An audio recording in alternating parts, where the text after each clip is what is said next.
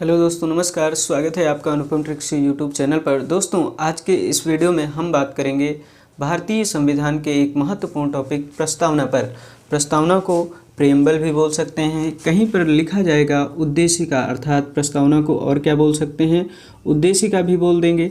तो उद्देशिका और प्रस्तावना का मतलब एक ही है, इंग्लिश में बोलें तो प्रेम्बल बोलेंगे। तो आज का हमारा टॉपिक है उद्देशिका, अर्थात प्रस्तावना में किन शब्दों का उल्लेख है, यहाँ से कैसे प्रश्न पूछे जाएंगे, उन सारे प्रश्नों पर बात करेंगे। उद्देशिका के स्रोत क्या हैं, कौन कौन से शब्दों का यहाँ पर उल्लेख है, तथा किस वाद में संविधान के बारे में सुप्रीम कोर्ट ने क्या कहा कि संविधान का अंग है प्रस्तावना या नहीं है, उन सारी बातों पर बात करेंगे। किसने इसे संविधान की मूल आत्मा कहा है, किसने इसे राजनीतिक जन्मपत्री कहा है, कितनी बार इस प्रस्तावना में भारत शब्द का उपयोग हुआ है, यूज हुआ है, इन सारी बातों पर बात करेंगे।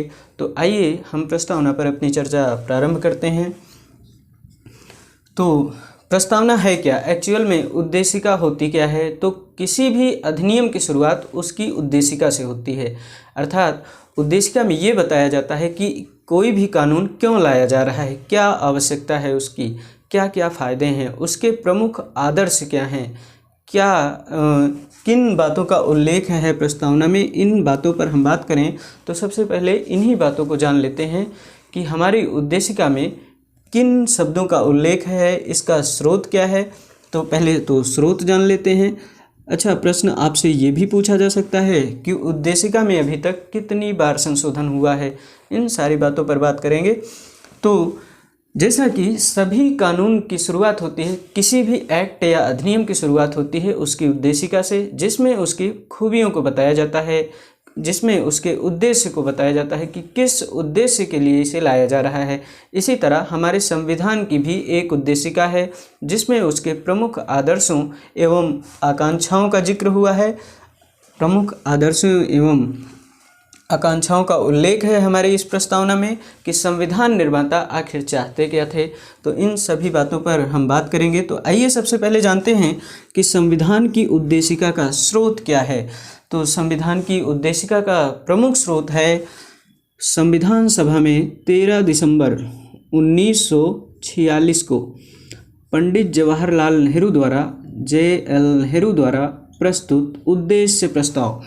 दोस्तों, जैसा कि आप जानते हैं, संविधान सभा की कार्यवाही प्रारंभ होती है 13 दिसंबर 1946 को। संविधान सभा की प्रथम बैठक हो जाती है 9 दिसंबर 1946 को, लेकिन संविधान सभा की कार्यवाही 13 दिसंबर 1946 को तब प्रारंभ होती है जब पंडित जवाहरलाल नेहरू 13 दिसंबर 1946 को उद्देश्य प्रस्ताव प्रस्तुत करते हैं।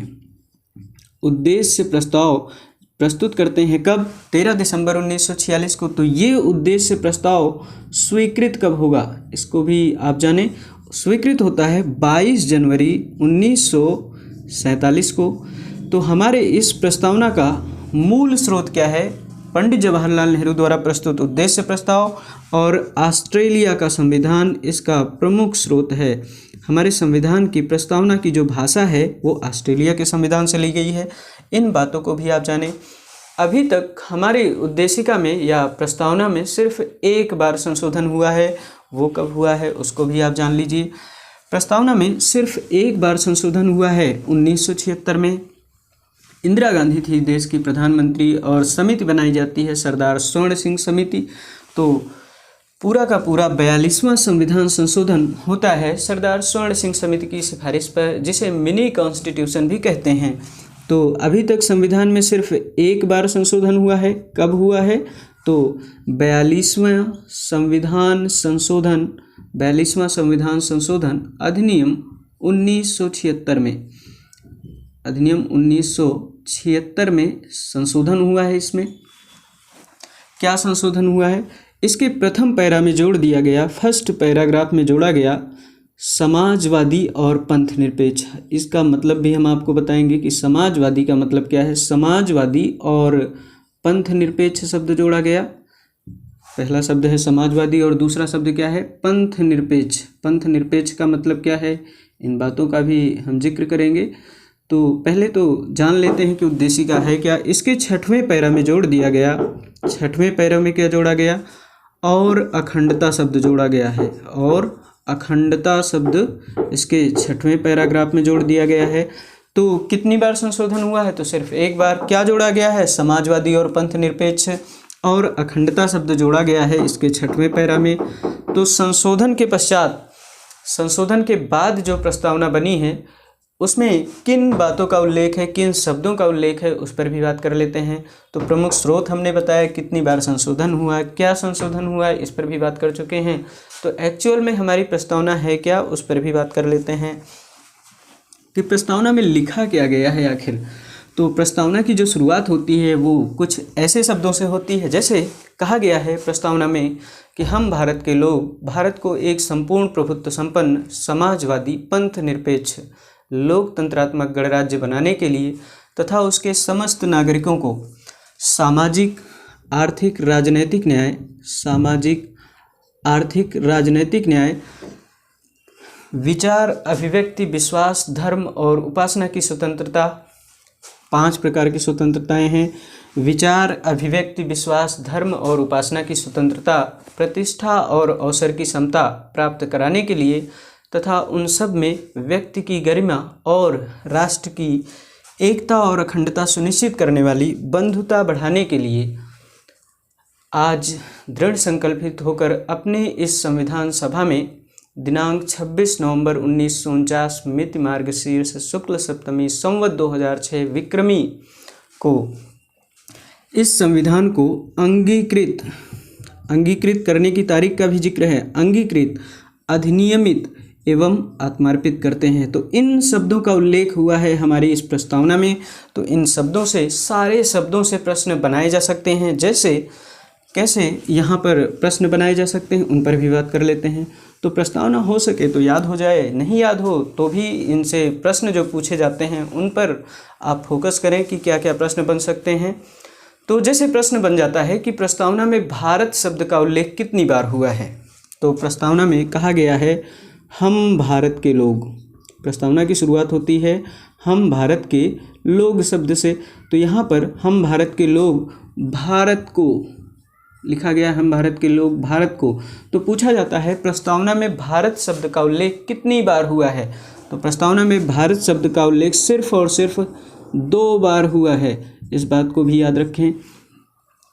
तो प्रस्तावना में कितनी बार भारत का उपयोग हुआ है, का उल्लेख हुआ है, तो 2 बार हुआ है। और इसके सारे शब्दों से प्रश्न बनाए जा सकते हैं। जैसे समाजवादी शब्द का मतलब क्या है, पंथ निरपेक्ष शब्द का तात्पर्य क्या है, ऐसे प्रश्न बनाए जा सकते हैं। तो इन सारे प्रश्नों, इन सारे शब्दों के अर्थ को भी हम जानेंगे, लेकिन उससे पहले कुछ और बातें जान लेते हैं। वाद है 1960, बेरुबारीवाद। तो बेरुबारीवाद 1960 के प्रकरण में, बेरुबारीवाद 1960 के प्रकरण में सुप्रीम कोर्ट ने कहा कि प्रस्तावना या उद्देशिका संविधान का अंग नहीं है, संविधान का अंग नहीं है। किस वाद में कहा गया? बेरुबारीवाद 1960 के वाद में कहा गया कि संविधान का अंग नहीं है उद्देशिका। जबकि आगे कहा गया कि लेकिन जहाँ पर संविधान की भाषा संदिग्ध है वहाँ पर ये प्रस्तावना जो है उद्देशिका है, ये संविधान निर्माताओं, उद्देशिका जो है ये संविधान निर्माताओं के विचारों को जानने की कुंजी है। तो संविधान निर्माताओं के विचारों को जानने की कुंजी है, किस वाद में बोला गया? 1960 के वाद में बोला गया है कि जहाँ पर संविधान की भाषा संदिग्ध है वहाँ पर ये प्रस्तावना हमें बताती है कि एक्चुअल में संविधान निर्माता चाहते क्या हैं। अच्छा, इसी के उल्टा निर्णय दिया गया 1973 के केशवानंद भारती बनाम केरल राज्य के प्रकरण में। केशवानंद भारती बनाम केरल राज्य के प्रकरण में कुछ बातें बोली गई। वो बातें क्या हैं? सबसे पहले तो यही बोला गया कि उद्देशिका या प्रस्तावना संविधान का अभिन्न अंग है। क्या बोला गया? जहाँ पर बेरुबारीवाद में कह दिया गया कि उद्देशिका संविधान का अंग नहीं है, वहीं पर इस निर्णय को पलटते हुए 1973 में सुप्रीम कोर्ट ने क्या कहा? कहा कि उद्देशिका संविधान का अभिन्न अंग है। और क्या बातें बोली? कहा कि उद्देशिका न्याय योग्य नहीं है, उद्देशिका न्याय योग्य नहीं है, लेकिन उद्देशिका में संशोधन किया जा सकता है, बशर्ते इस बात का ध्यान रहे कि उद्देशिका के मूलभूत ढांचे में कोई परिवर्तन ना हो। तो इन सारी बातों को आप याद रखें, किस निर्णय में क्या बोला गया, कितनी बार संशोधन हुआ, इन सब बातों पर हमने बात कर लिए हैं। आगे बात करते हैं कुछ और महत्वपूर्ण पॉइंट्स पर।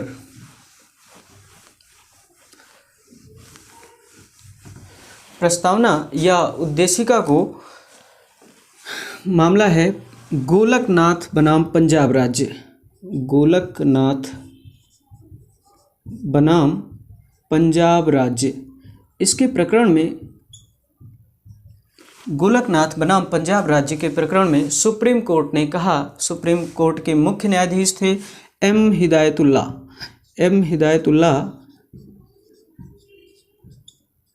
इसके चीफ जस्टिस थे। तो इन्होंने क्या कहा, एम हिदायतुल्ला ने कहा कि उद्देशिका संविधान की मूल आत्मा है। तो किसने कहा है प्रस्तावना को संविधान की मूल आत्मा? एम हिदायतुल्ला ने कहा है। किस बाद में कहा है? गोलकनाथ बनाम पंजाब राज्य के प्रकरण में एम हिदायतुल्ला ने प्रस्तावना को संविधान की मूल आत्मा कहा है। इन बातों को भी याद रखें। संविधान सभा के एक सदस्य थे के एम मुंशी, संविधान सभा के एक सदस्य थे के एम मुंशी, कन्हैया लाल माणिक लाल मुंशी। इन्होंने प्रस्तावना को राजनीतिक जन्मपत्री कहा है। क्या बोला है? राजनीतिक जन्मपत्री। तो राजनीतिक जन्मपत्री किसने कहा है? के एम मुंशी, कन्हैया लाल माणिक लाल मुंशी ने कहा है राजनीतिक जन्मपत्री। इसके अलावा राजनीतिक जन्मपत्री को इंग्लिश में बोला जाए तो पॉलिटिकल हॉरोस्कोप कहते हैं। कौन कहता है भाई? के एम मुंशी कहते हैं।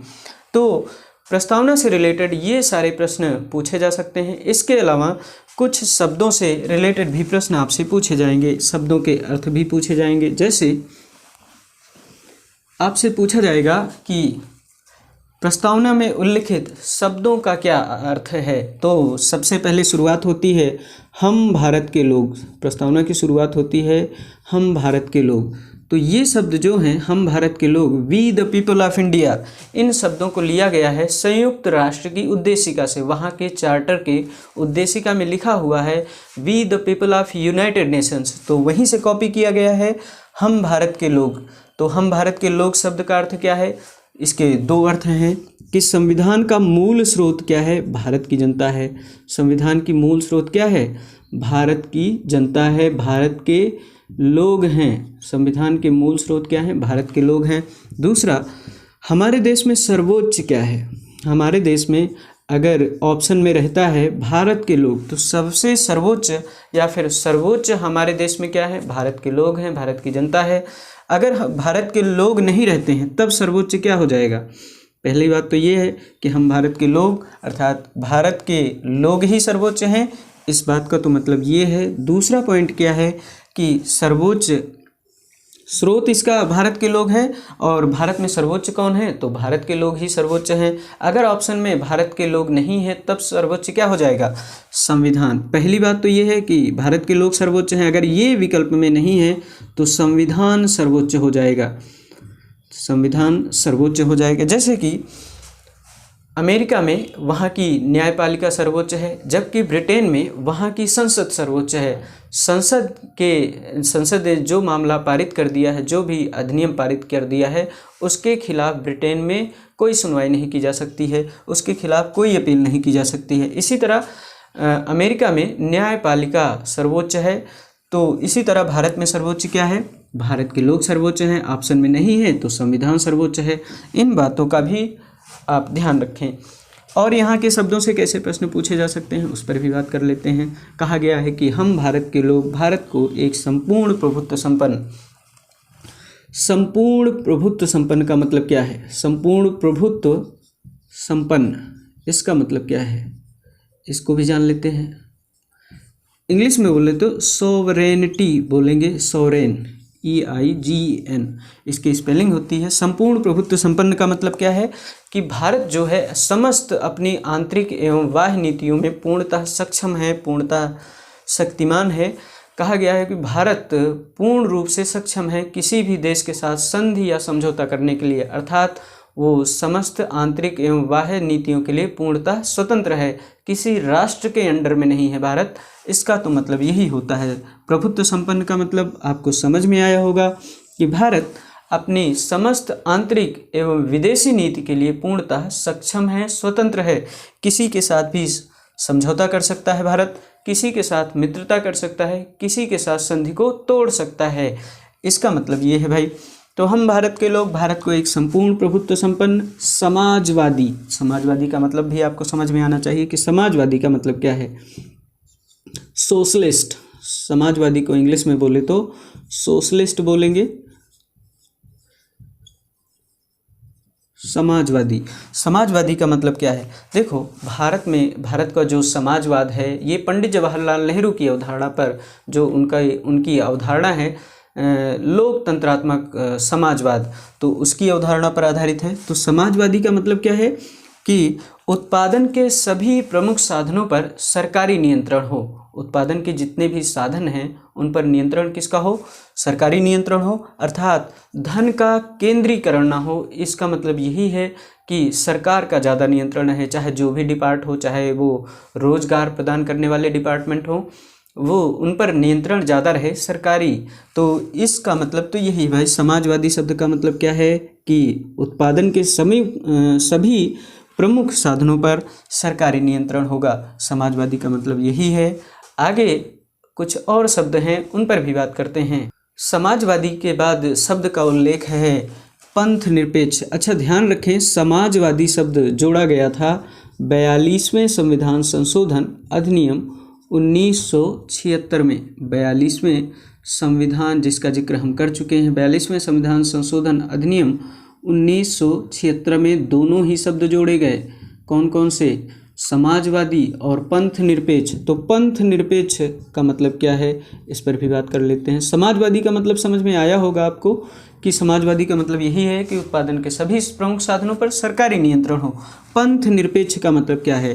पंथ निरपेक्ष को शाब्दिक रूप से देखें तो धर्मनिरपेक्ष से अलग है, लेकिन अर्थ के हिसाब से देखें इसके तो दोनों सेम मायने वाले शब्द हैं, दोनों का एक ही मतलब है।